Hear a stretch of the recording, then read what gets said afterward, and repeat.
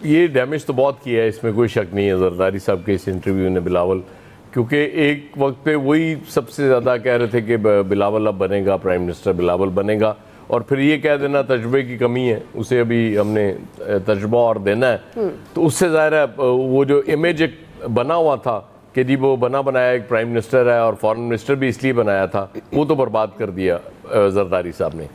ये भी बात ठीक है कि बाप बेटे में इख्तलाफ है, जो जरदारी साहब ने कहा ना कि आजकल के बच्चे ज़रा उनका वो डिफरेंट होता है।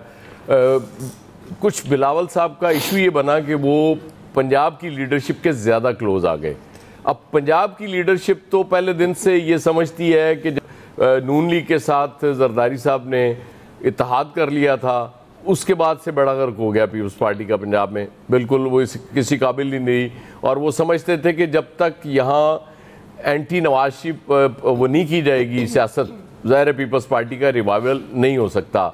और वो उस वजह से वो समझते हैं कि वो इमरान खान दरमियान में आए और वो पीपल्स पार्टी को भी तबाह बर्बाद करके तो आगे निकल गए और वो एक राइवल बन गए उनके।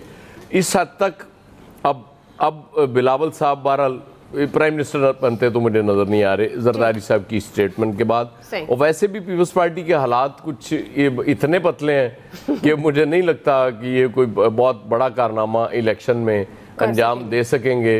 अगर तो कोई रूल्स तय हो गए कि सिलेक्टेबल्स के लिए, तो फिर शायद कुछ थोड़ी बेहतर परफॉर्म करें। और यहाँ पंजाब में तो मुझे परफॉर्मेंस नज़र नहीं आ रही। आमिर साहब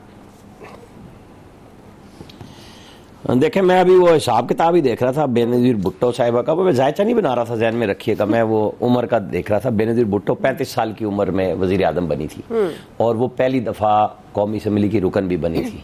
बिलावल 2 टेन्योर पूरे करके और उसमें वो स्टैंडिंग फॉरेन अफेयर्स के 5 साल चेयरमैन रहे पहले, ठीक है जी। फिर 3.5 साल की एक अपोजिशन काटी और फिर वो वज़ीर ख़ारजा हुए।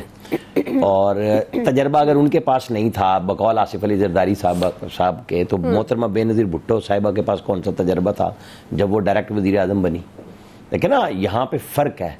उनकी पॉलिटिकल तरबियत जुल्फ़िकार अली भुट्टो के साथ हुई थी और वो उन्होंने मार खाई मार्केट के अंदर सियासत की।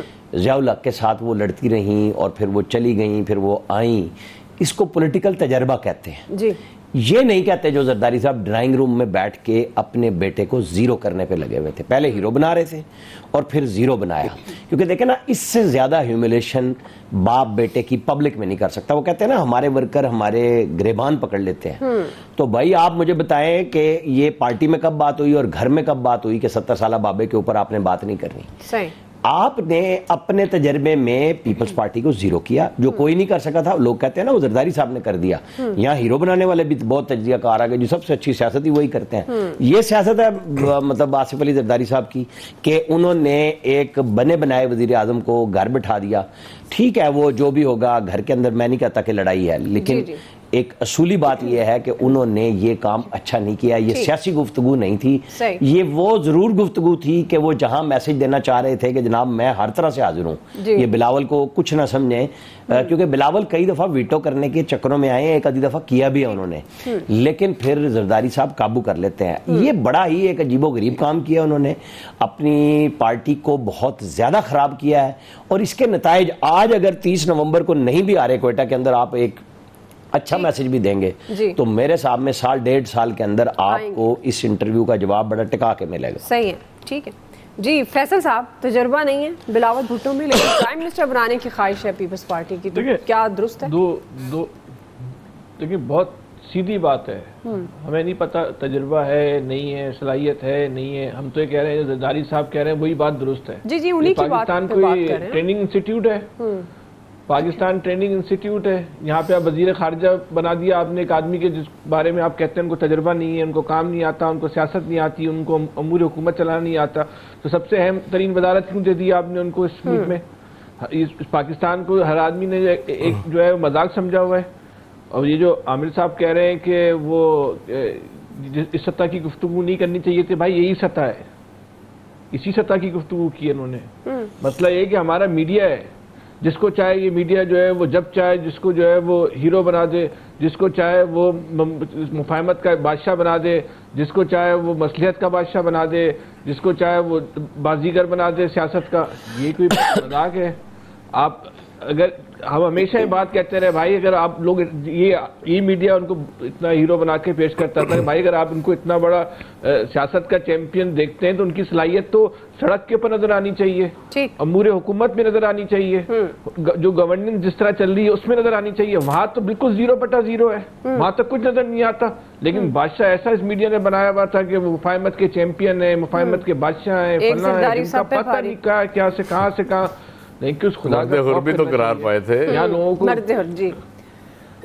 हाँ देखे ना, क्या कोई बस नहीं चलता था, यानी कि उस पर भी नहीं रुक रहे, आज भी नहीं रुक रहा है मीडिया। और खास तौर पे हमारे इस्लामाबाद का मीडिया, उसके बाद नंबर 2 पे हमारा ये पंजाब का मीडिया, इनका बस नहीं चलता। नंबर 3 पे हमारा सिंध का मीडिया, ठीक है। नहीं, सिंध का मीडिया तो किसी गिनती में नहीं है, लेकिन बस नहीं चलता कि जरदारी साहब को चूरन बेचने के लिए बैठा हुआ है, जो मर्जी बिकवा लें इनसे सिंध से। सही है, हाफिज मुकाम पे जाके जो है वो बैठा दें। लेकिन आज देख लें, अपने बेटे को ही कह रहे हैं वो नाहिद तजुर्बा नहीं है। सही है हाफिज साहब, तजुर्बा किस चीज का नहीं है? हमारे मुल्क में तजुर्बा जो चाहिए ना सियासत का नहीं है। हमारे मुल्क में ये जो करनी पड़ती है ना मैनेजमेंट, एक लाडले से भी तजुर्बा करा दिया मुल्क का। चले हाफिज साहब, सियासी तजुर्बे की कमी है, जरदारी साहब ने अपने बेटे के लिए कहा है, और उसी बेटे की ख्वाहिश प्राइम मिनिस्टर की, उनकी अपनी भी है, पीपल्स पार्टी की भी है।